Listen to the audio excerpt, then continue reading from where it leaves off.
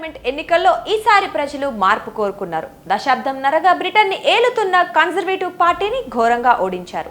ప్రతిపక్ష లేబర్ పార్టీకి పట్టం కట్టారు. దీంతో ప్రధాని రిషి సునాక్ తన ఓటమిని అంగీకరిస్తున్నానని, పరాజయానికి తానే బాధ్యత వహిస్తున్నానని ప్రకటన చేశారు. ఈ సార్వత్రిక ఎన్నికల్లో లేబర్ పార్టీని విజయం వరించింది. ఈ సందర్భంగా ఆ పార్టీ నేత కీర్ స్టార్మర్ కు అభినందనలు తెలియజేస్తున్నాను. అధికారం శాంతియుతంగా చేతులు మారుతుంది. అది మన దేశ భవిష్యత్తు స్థిరత్వంపై అందరికీ విశ్వాసం కలిగిస్తుంది అని సునాక్ తెలిపారు.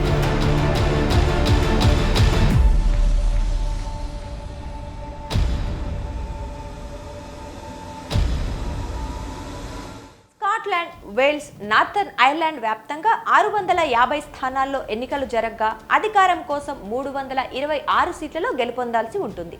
ఇప్పటి వరకు అందిన వివరాల ప్రకారం లేబర్ పార్టీ మెజార్టీ మార్కును దాటేసింది.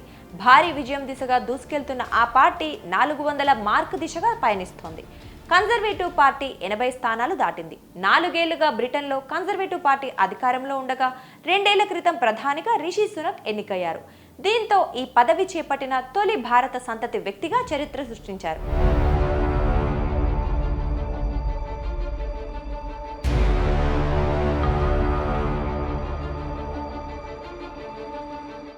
అయితే ఇటీవల కాలంలో రిషి సునక్ పాపులారిటీ తగ్గుతూ వచ్చింది. వలసల కట్టడి, ఇతర అంశాల్లో ఆయన తీసుకున్న నిర్ణయాలపై సొంత పార్టీ నేతల నుంచి విమర్శలు వచ్చాయి.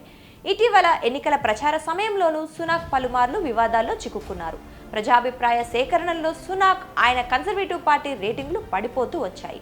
ఫలితాల అనంతరం తన సొంత నియోజకవర్గం రిచ్మండ్ అండ్ నార్థర్న్ అలర్టన్లోని పార్టీ మద్దతుదారుల్ని ఉద్దేశించి రిషి మాట్లాడుతూ ఓటమికి పూర్తి బాధ్యత తనదేనని, తనను క్షమించాలని కోరారు.